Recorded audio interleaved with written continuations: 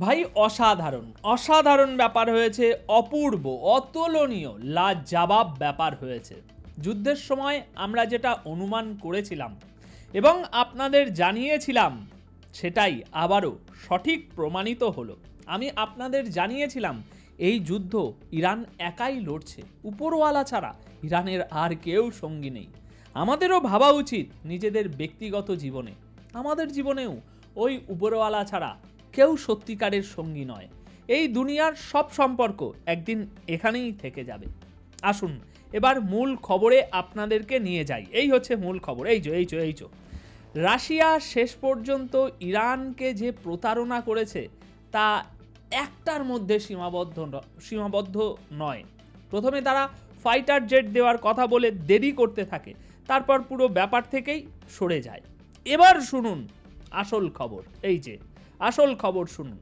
Russia বলেছিল ওরা ইরানকে সাহায্যের প্রস্তাব দিচ্ছে, বিশেষ করে ডিফেন্স সিস্টেম বা প্রতিরক্ষা ব্যবস্থার দিক থেকে। আপনাদের মনে আছে নিশ্চয়ই, আমি তখন জানিয়েছিলাম পুতিন নিজের সামনে এসে বলেছিলেন আমরা ইরানকে প্রতিরক্ষা ব্যবস্থায় সাহায্য করতে পারি, কিন্তু রাশিয়া দাবি করেছিল ইরান আমাদের কাছ থেকে সাহায্য চায়নি।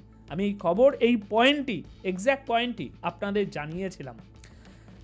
এখন এই কথাটা মিথ্যে প্রমাণিত হয়েছে। দর্শক, ইরান আসলে সাহায্য চেয়েছিল, কিন্তু রাশিয়া সাহায্য দেয়নি। দেখুন রিপোর্ট আপনার সামনে আছে, আপনার স্ক্রিনে। এখন ইরানের সরকারের এক কর্মকর্তা জানাচ্ছেন রাশিয়া তুরস্ক ও সৌদি আরবকে S-400 এয়ার ডিফেন্স সিস্টেম দিয়েছে, কিন্তু ইরানকে দেয়নি। ইরান পরিষ্কার করে বলেছে আমরা রাশিয়ার কাছে বলেছিলাম, কিন্তু তারা দেয়নি। এরপর ইরানের পক্ষ থেকে একরকম খোঁচা দিয়ে বলা হয়েছে এই ছিল রাশিয়া ও ইরানের সামরিক মিত্রতা, এই ছিল পুতিনের সহযোগিতা। সোজা কথায় বললে ইরান এখানে আপনার প্রকাশ্যে ঘোষণা করেছে রাশিয়া তাদের সঙ্গে বিশ্বাসঘাতকতা করেছে, প্রতারণা করেছে। এই কর্মকর্তা আরও বলছেন আমরা রাশিয়াকে ড্রোন দিয়েছি, কিন্তু রাশিয়া আমাদের S-400 ডিফেন্স সিস্টেম দেয়নি। সুতরাং ভাবুন দর্শক, ইরান বন্ধুর মতো মন খুলে সাহায্য করেছিল, কিন্তু প্রতিদানে রাশিয়া তাদের হৃদয় ভেঙেছে। যেমন আমাদের জীবনে কিছু মিথ্যে বন্ধু থাকে যারা দুঃসময়ে পাশে থাকে না, ফোন ধরে না। রাশিয়াও ঠিক সেই রকমই আচরণ করেছে ইরানের সঙ্গে, অন্ততপক্ষে ইরানের এই সরকারি কর্মকর্তার মত অনুসারে। অন্যদেরকে S-400 দিয়েছে, কিন্তু ইরানকে বলেছে শালা তোকেই দেব না। রাশিয়ার বন্ধুত্বটা ছিল বলতে পারি ভুয়া, বিশ্বাসঘাতকতায় ভরা। এবার আসুন পরবর্তী খবর। ইরানে ইসরায়েলের হামলার রিপোর্ট আল জাজিরা সহ বিভিন্ন জায়গায় প্রকাশিত হয়েছে এই খবর। আমি দেখাচ্ছি রয়টার্সের প্রতিবেদন। দর্শক, এই হামলায় 935 জন ইরানি মানুষ মারা গেছে, যার মধ্যে ছিল 38টি শিশু, 102 জন নারী এবং তাদের অনেকেই গর্ভবতী ছিলেন। কিন্তু এই খবর শুনে কারোরই মনে ব্যথা লাগবে না। দর্শক, মনে আছে তো ইসরায়েল ইরানের ইরভিন জেলে হামলা চালিয়েছিল?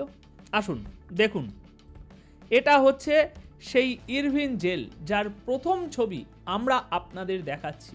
এই হামলায় 71 থেকে 72 জন মারা গিয়েছেন, যাদের মধ্যে জেল কর্মকর্তা, পুলিশ সদস্য এবং সবচেয়ে বেশি ছিল বন্দীরা। এদের অনেকেই রাজনৈতিক বন্দী ছিলেন, তারা আজ না হোক কাল মুক্তি পেতেন। আজীবন সাজা ছিল না, কিন্তু দুঃখের বিষয় পশ্চিমা দুনিয়া, পশ্চিমা মিডিয়া এবং আমাদের ভারতের কিছু মানুষ এই মৃত্যুগুলোতে কোনোই কষ্ট পাবে না। কারণ ভাই, যে মারা গেছে, যারা মারা গেছে তারা মুসলমান। আরে যখন নিজের বন্ধুরাই বিশ্বাসঘাতকতা করে তখন আর কি বা করার থাকে? ইরান তো কারোর কাছে সাহায্য চাইও নি। আমার আপনার জীবনে যেমনটা হয় ঠিক তেমনটাই ইরানের সঙ্গেও হয়েছে। নিজের লোকেরাই বিশ্বাসঘাতকতা করেছে। আর অনেক অনেক অনেক ভারত বাংলাদেশের অনেক মানুষ যারা সবসময় শিয়া সুন্নি নিয়ে ব্যস্ত, তারা এখন হাসি মস্করা করে মন্তব্য করেছে আরে ইরান তো ভয় পেয়ে গেল, ইরান যুদ্ধ থামিয়ে দিল কেন, ইরানকে এটা করা উচিত, ওটা করা উচিত।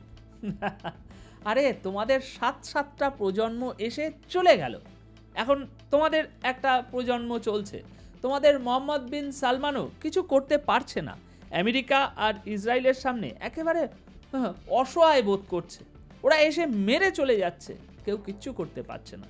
সেখানে ভাই কমপক্ষে ইরান তো একা দাঁড়িয়ে থেকে লড়াই করার সাহস দেখাচ্ছে। তো দর্শক, কি বলবেন ইরানের এই সাহসের বিষয়ে এবং রাশিয়ার বিশ্বাসঘাতকতার বিষয়ে? আপনাদের মন্তব্য কমেন্ট বক্সে অবশ্যই রেখে যাবেন। পারলে ভিডিওটি শেয়ার করবেন যাতে আরও মানুষ এই খবরটি জানতে পারে। ধন্যবাদ আপনাদের সকলকে।